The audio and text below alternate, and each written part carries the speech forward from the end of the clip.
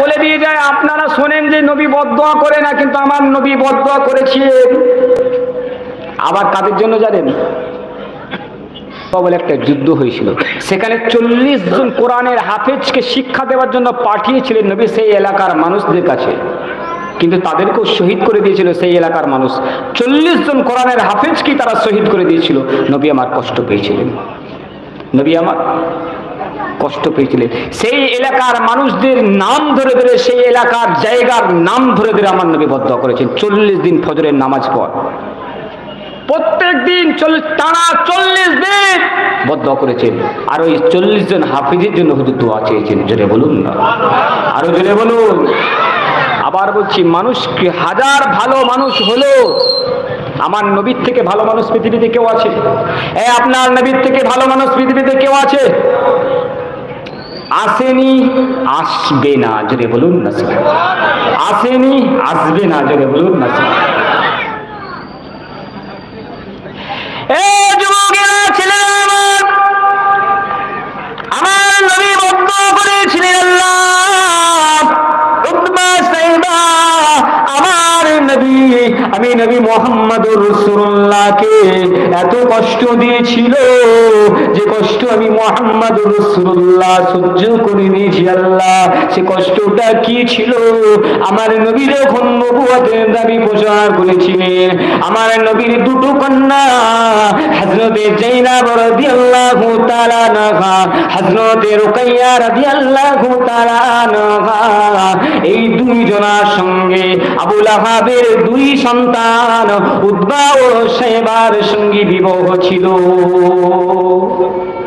এই জানেন যে বুখারী শরীফ, নবীর দুই কন্যার সঙ্গে আবু লাহাবের দুই ছেলের বিবাহ ছিল। মানে নবী নবুয়ত দাবির পূর্বে, যখন কলেমার দাওয়াত দেন না, যখনই নবী নবুয়ত দাওয়াত দিয়েছেন, আবু লাহাব বলে, তোরা আমার ছেলে মোহাম্মদ আমার বিরোধী করছে, আমার কথা যে কথাই বলছি মোহাম্মদ আমার সে কথার বিরোধী করছে, অতএব আমি বাপ হুকুম দিচ্ছি মোহাম্মদের কন্যাকে তালাক দিয়ে দিন। শুনছেন? বাপের কথা শুনে কপাল ফাটা দুটো ছেলে নবীর দুটো কন্যাকে তালাক দিয়ে দিয়েছে। আল্লাহু আকবার। কপাল ফাটা উতবা সাইবা, নবী কষ্ট পেয়েছিলেন, বদদোয়া করেছিলেন। আবার এই কাবার চত্বরে ওই আবুল উতবা সাইবারা দাঁড়িয়ে দাঁড়িয়ে হাসছিল, এখানে আমার নবী বদদোয়া করছে, আল্লাহ ওদেরকে হিংস্র জন্তু তারা খাইয়ে দেবেন। কিতাবের মধ্যে পাওয়া যায়, মুসলিম শরীফ, বুখারী শরীফের মধ্যে আপনারা হাদিসটা পেয়ে যাবেন। হাদিসের মধ্যে সংক্ষেপে দেওয়া আছে, ইমাম দারকুতনি রাহমাতুল্লাহ আলাইহির ব্যাখ্যার মধ্যে বিস্তারিতভাবে বলা হয়েছে। ইমাম দারকুতনি রাহমাতুল্লাহ আলাইহি বলে লাগলেন, একদা আবু জেহেল আবু লাহাবেরা তার সৈন্য সামন্ত নিয়ে ব্যবসার উদ্দেশ্য জঙ্গলের উপর দিয়ে যাচ্ছেন। যেতে যেতে সন্ধ্যা হয়ে যায়। ওই সন্ধ্যাবেলা তার তাবু খাটিয়ে দিয়ে যে যার ঘরেতে প্রবেশ করে যায়, যে যার তাবুর মধ্যে প্রবেশ করে ঘুমিয়ে যায়। হঠাৎ রাত্রি মনে এসে যায়, আরে মুহাম্মদ যেটা বদদোয়া করে তো মিস হয় না, মুহাম্মদ যেটা বদদোয়া করে তো মিস হয় না। এই উতবা সাহেবা উঠে পড়, উঠে পড়, উঠে পড়, খবরদার তোরা ভিতরে শুস না, খবরদার তোরা তাবুর ভিতরে থাকিস না, ভুলে যাস না মুহাম্মাদের বদদোয়ার কথা। ঘুম থেকে তুলছে, ওট ওট ওট। জঙ্গলের মধ্যে আমরা আছি, মুহাম্মদ বদদোয়া করেছিল হিংস্র পশু দ্বারা খাইয়ে দেওয়া। আল্লাহ, জঙ্গল সাবধান হতে হবে। কোথা শুবি, কোথা শুবি? বলা হয়েছে মালপত্র নিয়ে তাবুর উপরে একটা শক্ত একটা জায়গা করা হলো। মালপত্র পরস্পর সাজিয়ে সাজিয়ে দিয়ে তাবুর উপরের দিকে, মানে কেউ মানুষ থাকবে না, উতবা সাহেবাকে সেখানে তাবুর উপরে শুয়ে দেওয়া হলো। শুনছেন? তাবুর উপরে ঘুমিয়ে দেওয়া হলো, চাদর দ্বারা চেপে দেওয়া হলো, এরা সব নিচেতে শুয়ে আছে। ছেলেরা আমার, হাদিস পাকটা খুলে দেখুন, সংক্ষেপে বলার চেষ্টা করছি বাবাজি আমার। আমার নবীর দোয়া আল্লাহ ফিরিয়ে দেয় না, আমার নবীর বদদোয়া আল্লাহ ফিরিয়ে দেয় না গো, আমার নবীর বদদোয়াকে আল্লাহ ফিরিয়ে দেয় না। তেমন আলেমে হাক্কানি হাফিজ কুওয়াতের দোয়াকে আল্লাহ ফিরিয়ে দেয় না, তাদের বদদোয়াকে আল্লাহ ফিরিয়ে দেয় না।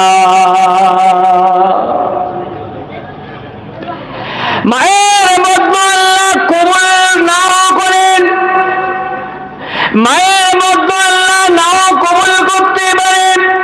কেন? মা অনেক সহ্য করেন, মা অনেক কষ্ট সহ্য করেন, আবার আঘাত পেলে বদদোয়াও করে দেন। মা তাড়াতাড়ি বদদোয়া করে, আবার তাড়াতাড়ি তওবা করে আল্লাহর কাছে দোয়া করে। মায়ের দোয়া আল্লাহ কবুল করেন তাড়াতাড়ি, কিন্তু বাপের বদদোয়া আল্লাহ তাড়াতাড়ি কবুল করে। শুনছেন? এরকম আওয়াজ মনে হচ্ছে আপনাদের কেউ শোনা নেই নাকি? একটা কন্যাকে, একটা মেয়েকে বাপ যতটা ভালোবাসেন, বাপ যতটা প্যার করেন, মা কিন্তু অতটা ভালোবাসে না, মা কিন্তু অতটা প্যার করে না। একটা সন্তানকে, একটা ছেলেকে মা যতটা ভালোবাসে, বাপ কিন্তু অতটা ভালোবাসে না। বোঝাতে পারছি না বাচ্চারা? আপনারা বুঝছেন না আমার কথা? বাপ মেয়েকে সব থেকে নিজের জানের থেকে বেশি ভালোবাসে, মা ছেলেকে জানের থেকে বেশি ভালোবাসে। আল্লাহর নিয়ামত জোরে বলুন না সুবহানাল্লাহ। মিলিয়ে দেখে নেবেন বাড়িতে। মায়ের বদদোয়া কারেন্টের সঙ্গে কবুল করে না। কেন? মা বদদোয়া করে আবার ভুলে গিয়ে ছেলের জন্য দোয়া করে, মেয়ের জন্য দোয়া করে, আল্লাহ কবুল করতে দেরি করে। কিন্তু বাপের বদদোয়া সঙ্গে সঙ্গে কারেন্টের মতো তুলে নেন আল্লাহ। এই যুবকেরা, ছেলেরা আমার, জোরে হাত করে বলে দিয়ে যায় বাপ, বাপ মা যাদের আছে, বাপ মায়ের মর্যাদাটা বোঝার চেষ্টা করো। বাপ বাপ মায়ের মনেতে দুঃখ দিও না, বাপ মায়ের মনেতে আঘাতটা দিও না, বাপ মায়ের অন্তরে দুঃখটা দিও না গো। আমার নবী পাক সাল্লাল্লাহু আলাইহি ওয়াসাল্লাম বদদোয়া করেছিলেন উতবা সাইবার জন্য। ওই উতবা সাইবা দুই ভাই তাবুর উপরে ঘুমিয়ে আছে। আল্লাহ পাক বলেন সিংহকে, নেকড়ে বাঘকে বলে দিলেন যাও অমুক রাস্তার মাঝে, অমুক রাস্তার মাঝে জঙ্গলের ধারে ওই উতবা সাইবা নামক দুইজন জাহান্নামার খোরাক, তোমাদের খোরাক শুয়ে আছে, যাও চলে যাও, তাদের কাছে চলে যাও, তাদের রক্তগুলো চুষে চুষে খেয়ে এসো। আল্লাহ জানিয়ে দিলেন। আমার আল্লাহ ফোন করে দিলেন গো, যা চল যা, চলে যাচ্ছে। সিংহ মানে নেকড়ে বাঘ, মানে চিতার মতো বাঘ লাফ দিয়ে আসছেন। আবু জেহেল কিন্তু, আবু লাহাব কিন্তু ঘুমাতে পারছে না ভিতরে। ওর মনে পড়ে গেছে নবীর বদদোয়ার কথা, ঘুম হচ্ছে না, ওর ঘুম হারাম। মুহাম্মদ বদদোয়া করেছে, ওর মেয়েকে তালাক দিয়েছিল বলে আমার ছেলে আজকে যদি সেই জঙ্গলে আমার ছেলেকে খেয়ে নেয়। বাপ ঘুমোতে পারছে না নিচে। নেকড়ে বাঘ চলে এসেছে, প্রত্যেকটা তাঁবুর ভিতরে ঢুকে ঢুকে ঢুকে ঢুকে দেখছে সকলে লাইন দিয়ে ঘুমিয়ে আছে, কারোর কাছে আক্রমণ করছেন না, কাউকে কামড় দিচ্ছেন না, প্রত্যেকের মুখটা শুকছেন, আবার ফিরে আসছেন, আবার মুখটা শুকছেন, আবার ফিরে আসছেন না। আমার আল্লাহ যে খুশবুটা আমার নাকে দিয়েছে, তার খুশবুটা তো আমি এখনো পাচ্ছি না। আসামি কোথায় আছে চলো খুঁজি।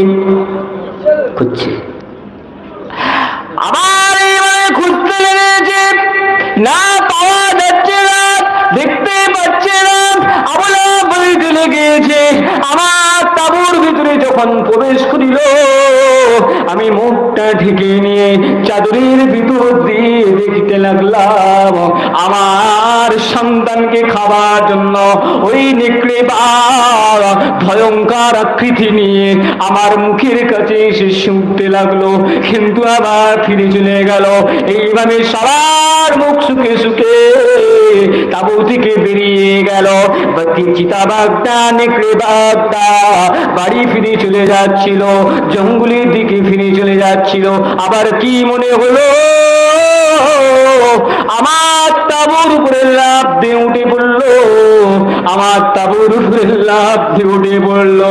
এই বাঘটা একটা হুঙ্কার দিয়ে আমার দুই কলিজার টুকরা সন্তানের নালাটা ছিঁড়ে খেয়ে চলে গেল। জোরে বলবেন না সুবহানাল্লাহ। কোন কিতাবে বলা হয়েছে গলার শিরাটা কামড়ে ছিঁড়ে খেয়ে চলে গেছে। কোনো কিতাবে বলা হয়েছে হাত দিয়ে বুক মানে বৃক্ষটা বকটা ছিঁড়ে কলিজা টেনে বের করে জঙ্গলে ফিরে চলে গেছে। জোরে বলুন না সুবহানাল্লাহ। নবীর বদদোয়া মিস যাবে? খবরদার, আল্লাহর ওলিদের শানে বেয়াদবি করবেন না, আলেমে হাক্কানীদের শানে বেয়াদবি করবেন না। কেন? ওলিরা হচ্ছেন নবীদের ওয়ারিস, আর আলেমে হাক্কানীরাও হলো নবীদের ওয়ারিস। জোরে বলুন না সুবহানাল্লাহ। আমার ভাই হাফেজ সাহেব বলছিলাম না, যতদিন আছেন নিয়ামত আল্লাহ রেখেছেন, নিয়ামতের মর্যাদা দেওয়ার চেষ্টা করুন। আল্লাহ পাক আমাদের সকলকে কবুল করেন, বলেন আল্লাহুম্মা আমিন। এই যুবকেরা ছিলেন আমার, যে কথা আপনাদের সামনে আলোচনা করেছিলাম, আমার নবী যাদের নাম ধরে বদদোয়া করেছিলেন আল্লাহ পাক কবুল করে দিয়েছিলেন গো। ফাতেমাতুজ জোহরা আমিন আমিন বলে দোয়া করেছিলেন। তাই তো বলে দিয়ে যায়, আপনি নামাজ পড়বেন, বাড়িতে নামাজ পড়বেন, আপনার বাড়িতে বাচ্চা ছেলে মেয়ে যদি থাকে তাকেও নামাজের পাটির পাশে বসিয়ে দিন, তাকেও নামাজের পাটির পাশে বসিয়ে দিন। ওযু করুক চায় না করুক, টুপি মাথায় দিক আর নাই দিক, আপনার পাশে দিয়ে বসিয়ে দেন, আপনার ন্যায় নামাজ পড়াটা শিখিয়ে দেন, আপনার ন্যায় হাত তোলাটা শিখিয়ে দেন। আপনার দোয়াকে আল্লাহ কবুল না করলেও ওই মাসুম বাচ্চা যদি একটাবার আল্লাহুম্মা আমিন উচ্চারণ করে আপনার দোয়ার সঙ্গে মনে রেখে দেবেন, আপনার দোয়াকে আল্লাহ পাক কবুল করে নেবে।